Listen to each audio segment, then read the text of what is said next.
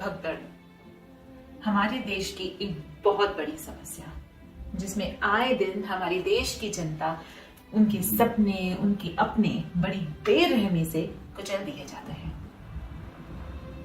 कभी हम सुनते हैं किसी मेले में भगदड़ मच गई, तो कभी किसी रेलवे स्टेशन पे, तो कभी किसी मंदिर में। एक न्यूज चैनल अलग आंकड़े बताता है तो दूसरा न्यूज चैनल अलग। एक पॉलिटिकल पार्टी उस हादसे को शब्दों में तोलती है तो दूसरी रुपयों में। असल में जनता पे क्या बीतती है, असल में कितने लोग मरे, इससे किसी को कोई लेना देना नहीं है। इससे किसी को कोई फर्क नहीं पड़ता। फर्क पड़ता है तो सिर्फ इस बात से कि उस हादसे को सुर्खियों में कैसे रखा जाए, उस हादसे को मुद्दा कैसे बनाया जाए, उस पर राजनीति कैसे की जाए। भगदड़ के हादसों को कम कैसे किया जाए, ये क्यों इतने बढ़ रहे हैं, लोगों में जागरूकता फैलाई जाए, इसके बारे में तो कोई सोचता तक नहीं है। उस पर कुछ निर्णय लेना या काम करना तो बहुत दूर की बात है।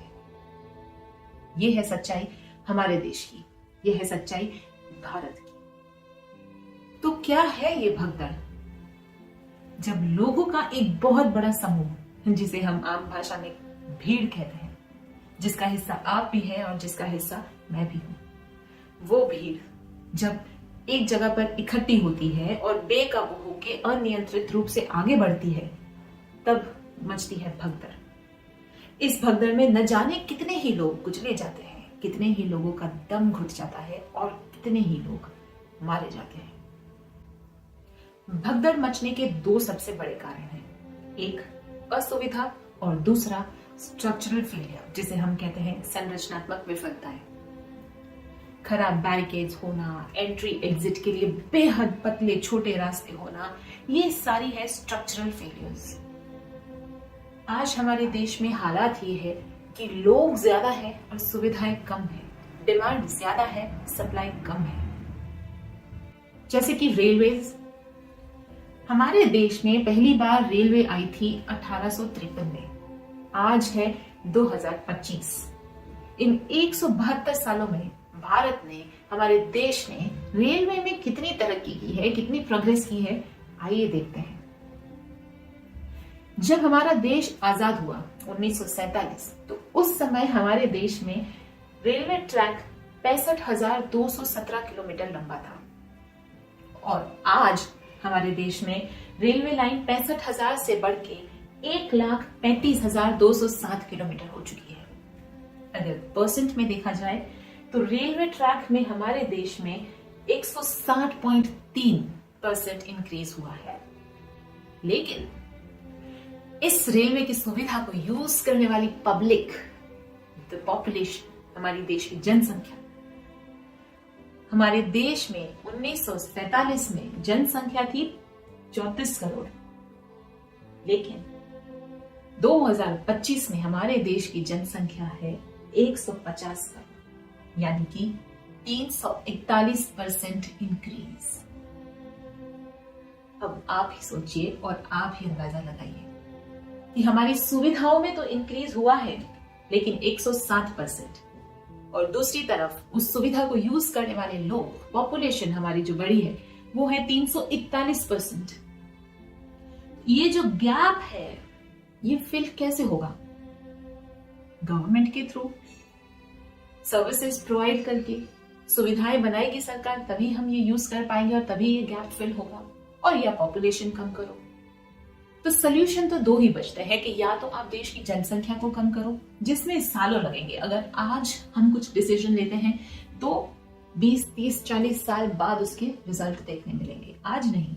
लेकिन दूसरी तरफ जो हमारी ऑलरेडी एग्जिस्टिंग जनसंख्या है, उन्हें अगर हम सर्विसेज प्रोवाइड करते हैं बेहतर तरीके से, ये जो गैप है ऑफ डिमांड एंड सप्लाई के बीच का, अगर हम उसे पूरा करते हैं, तो शायद हमें पॉपुलेशन की तरफ देखना नहीं पड़ेगा इस समय। तो तब तक के लिए, जब तक कि हमारे देश की पॉपुलेशन कंट्रोल में नहीं आ जाती, तब तक क्या किया जाए? तब तक हमारे देश में भगदड़ के हालात कम से कम पैदा हो, उसके लिए प्रिकॉशंस लिए जा सकते हैं, उसके लिए तैयारियां की जा सकती है, जैसे कि क्राउड कंट्रोलिंग, मतलब भीड़ को नियंत्रित करना। अगर हम सारी पब्लिक स्पेसेस पे क्लियर साइन बोर्ड लगा दें, एंट्री एग्जिट्स के लिए प्रॉपर जगह बनाएं, मोटे रास्ते, ज्यादा से ज्यादा जगह रखें लोगों के जाने के लिए, आने के लिए, ना कि पतली पतली गलियां बनाएं जिससे भगदड़ के चांसेस कम पहुंच जाए। ये एक तरीका है। दूसरा, crowd estimation and management. Crowd estimation का मतलब है कि आप जो इवेंट ऑर्गेनाइज कर रहे हैं उसमें अंदाजित कितने लोग आ सकते हैं, ज्यादा से ज्यादा, वो आंकड़े पहले से आप सोच के रखिए और उसके हिसाब से फिर आप मैनेज कीजिए अपनी सर्विसेज को, अपनी सुविधाओं को। और अगर आपको लगता है कि आपके इवेंट पे आने वाली पब्लिक आपके ऑक्यूपाइंग स्पेस से ज्यादा है, अगर आपको लगता है कि जितने लोग उस जगह पे आ सकते हैं उससे ज्यादा लोग आने वाले हैं, तो आप टिकटिंग कीजिए। एडवांस टिकटिंग के थ्रू उतने ही लोग आएंगे जितनी जगह है। एक्स्ट्रा वाले लोग जिनके पास टिकट्स ही नहीं है वो आ ही नहीं पाएंगे, तो भगदड़ की चांस हो ही नहीं सकते। ये सारी टेक्निक्स के थ्रू हम किसी जगह को सेफ बनाते हैं लोगों की इकट्ठा होने के लिए, जैसे कि कॉन्सर्ट्स या क्रिकेट मैच, जहां पे ये चीजें बहुत कॉमन है। तो इससे क्या होता है कि सिक्योरिटी जो है वो प्रोवाइड करना बहुत इजी हो जाता है, लोगों का ध्यान रखना सरकार के लिए इजी हो जाता है।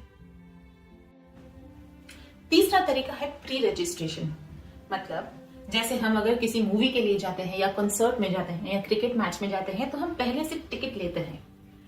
वही सिस्टम हम दूसरी जगह भी लगा सकते हैं, जैसे कि कोई मंदिर हो गया जहाँ पे बहुत सारे लोग जाते हैं, या कोई और धार्मिक स्थल है, या कोई भी ऐसी जगह जहाँ पे बहुत सारे लोग एक साथ जाना पसंद करेंगे पर इतनी जगह नहीं है, जैसे केदारनाथ यात्रा हो गई।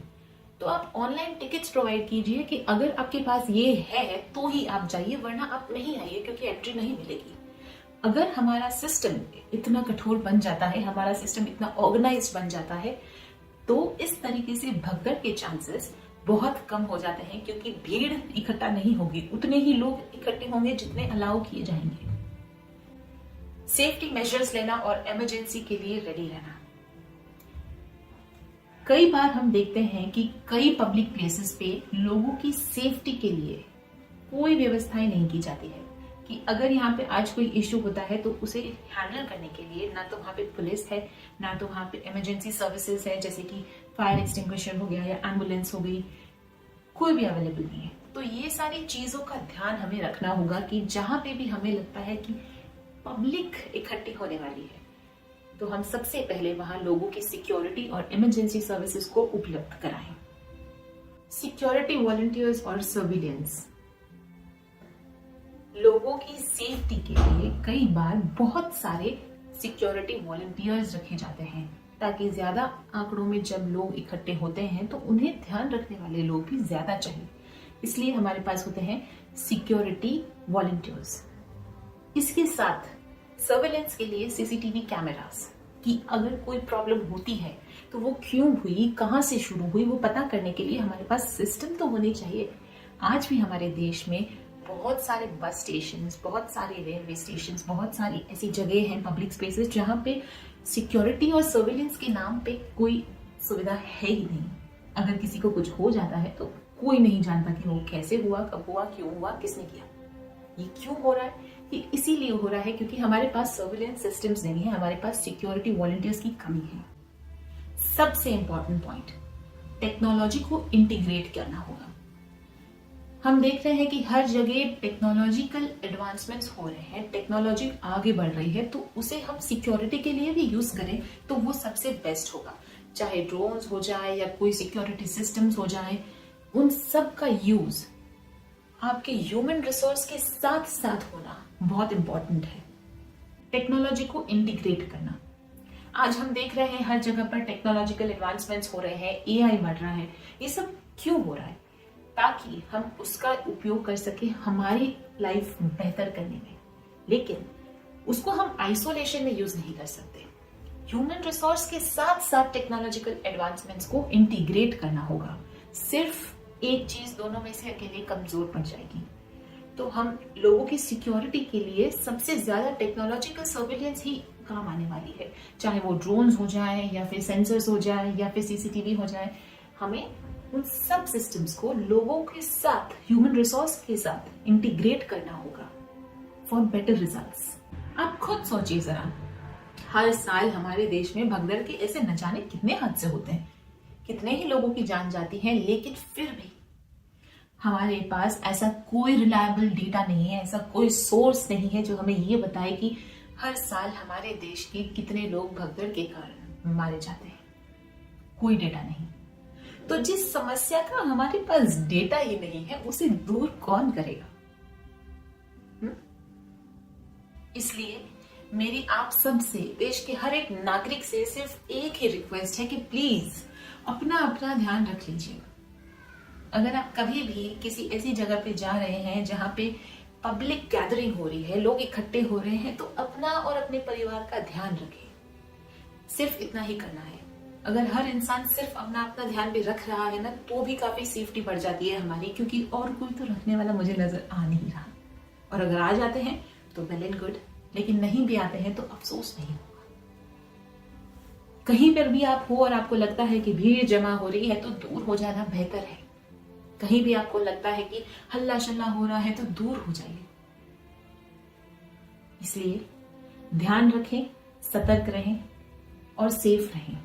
आप सभी का बहुत बहुत धन्यवाद मेरे वीडियोस देखने के लिए।